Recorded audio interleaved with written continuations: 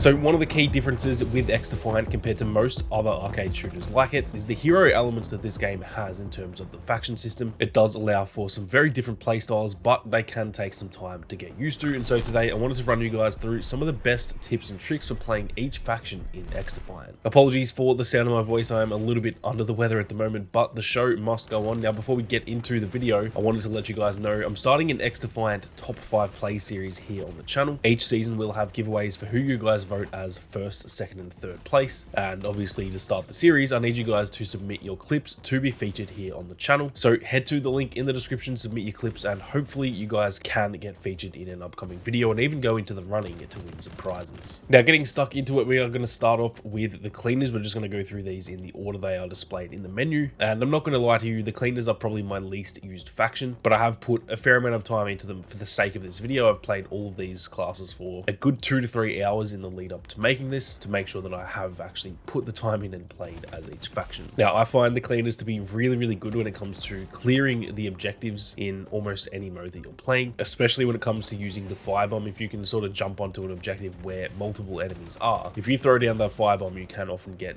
some pretty decent multi-kills. And even the drone is also really good at sort of preemptively cutting off an area from enemies and then locking down the other direction with your weapon. It can not only deal a fair amount of damage, but it actually acts like a little bit of a warning system. If there are 2 different ways the enemies can come from, you can actually send your drone to the left, for example, and then aim over to the right. And if the enemies do come from the left while that flame is still there, you will get a hit marker on your screen, and that's going to kind of warn you that the enemies are coming from that direction. Now, something with the firebomb that I've found is that it is sometimes useful to actually use the firebomb early when you know an enemy is going to push into your area or into the objective that you're defending. Now, it will deal less damage. Usually the majority of the damage with the firebomb comes from actually dropping it. It's almost like an explosion when you first drop it, and then it will deal some incendiary damage after that as well, slowly over time. So using it in advance will remove that initial damage, but it also means the animation is already finished when those enemies arrive, meaning you can now still shoot at them, plus the fire in that area will still deal added damage to them, meaning that you can more often than not win the gunfight just because of that little bit of extra damage that the firebomb is pretty much preemptively dealing as they run into that area. Something else with the cleaners that is really useful is that sometimes you can actually sort of leave a gunfight early if you feel like you've dealt enough damage. Obviously the passive ability continues to deal incendiary damage after you've finished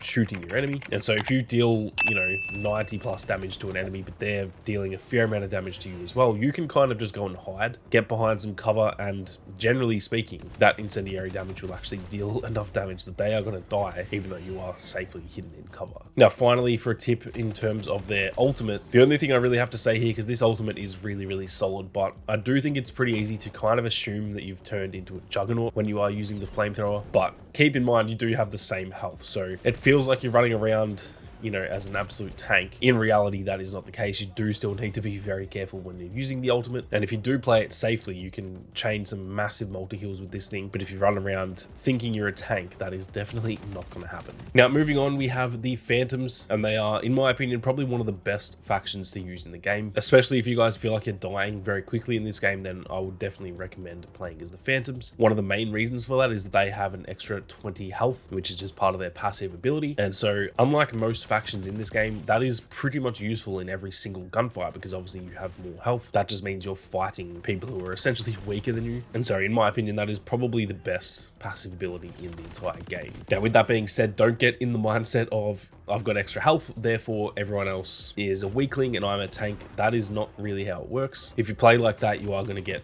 kind of overconfident and it is going to lead to you getting killed. So almost try and forget that you've got extra health. Just take each gunfight as a regular gunfight, because if you have that in the back of your mind, you are probably going to get a little bit overconfident. Now when it comes to their abilities, in my opinion the mag barrier is by far the best option for their ability. This thing is so clutch, especially for really playing the objective. Putting this down on a capture point or when you're playing escort, for example, can genuinely be the difference between winning and losing games. What I will say though is be aware of EMP grenades, as they will leave you very vulnerable if you're hiding behind your shield. Generally speaking, you're going to be kind of way out in the open, and as soon as that EMP grenade hits the shield, you are pretty much going to just be standing out there in the middle of no man's land, and you are going to be very vulnerable to attack. Now, even though I said their passive is probably one of the best in the game, in my opinion, their ultimate is actually probably the worst. It is at least very niche, so it can have times when it's really, really good, but I feel like it's very rare that that happens. The only tip I really have here is that it all comes down to when you activate it. So if you're not too close to an objective, for example, don't pre-equip this thing because it makes you really slow. And so then if you run into the room, people are going to clearly see that you are using your ultimate and they can just run away from you. They don't have to do anything else because you can't really damage them unless they are super close. So yeah, you almost want to wait until you can get right next to enemies and then pop this, popping it right on an objective or something like that. In those situations, it can be really solid, but it can often be hard to actually get into those situations. Now, before we get into the next 3 factions, I'm sure you guys know that the weapon grind is insanely slow in XDefiant, and so today's video is brought to you by Mitch Cactus, a website where you can get weapon levels and attachment unlocks done for you, making the most of your time while you're out at work or at school. Now, they have well over 10,000 verified Trustpilot reviews and are by far the most legitimate way of doing this method. All of their packages are completely safe and legitimate. They don't hack or mod accounts or anything like that. It's all just done through regular grinding. They have 24/7 customer support and even a 100% money back guarantee. Head over to mitchcactus.com using the link in the description and use code SAMMY for 5% off for a limited time only. Now, moving on, we have the Libertad faction, and in my opinion, Libertad are just as good as the Phantoms when it comes to survivability. Now, their passive means that they are constantly healing teammates as well as actually healing themselves too. So anyone that is close enough to you will just get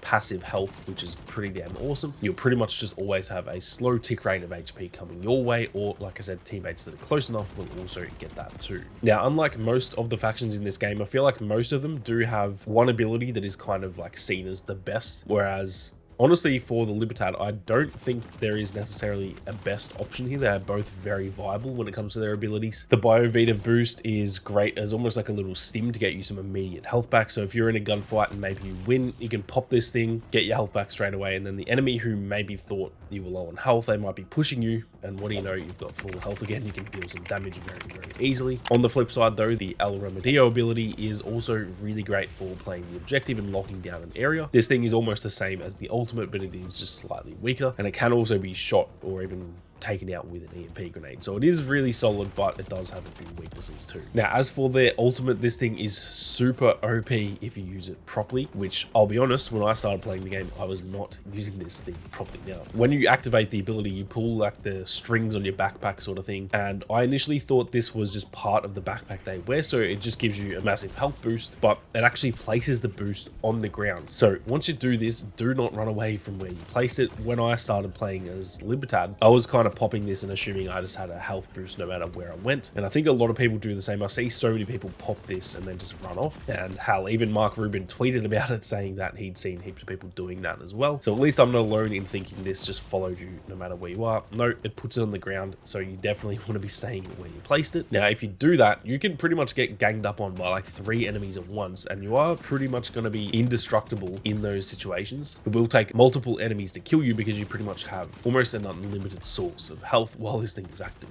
Obviously, teammates can use it too, so this can genuinely win you games if you put this down on an objective and there's 3 or 4 of your teammates plus you standing inside the area of effect. There is pretty much a 0% chance the enemy team is going to be able to kill you guys and take over that objective. Now, moving on, we have the Echelon faction, which is my personal favorite faction to play. They are so good for just gathering intel and kind of constantly knowing where your enemies are. Something that I think gets overlooked too is that their passive trait actually means they will never ever show up on the radar regardless of what you do, pretty much acting like a suppressor even if you do not have a suppressor on your weapon. So what I would say is that if you constantly run the Echelon faction, it honestly can be worth taking off your suppressor on your weapon because it is borderline pointless if you are using the Echelon faction, other than the fact it does obviously still dampen the sound, of course. So that's not to say suppressors are completely useless, but what most people use suppressors for is to take themselves off the radar, but Echelon does that regardless whether you have the suppressor or not. Now, in terms of the abilities, in my opinion, the Intel suit is the best ability, and it is probably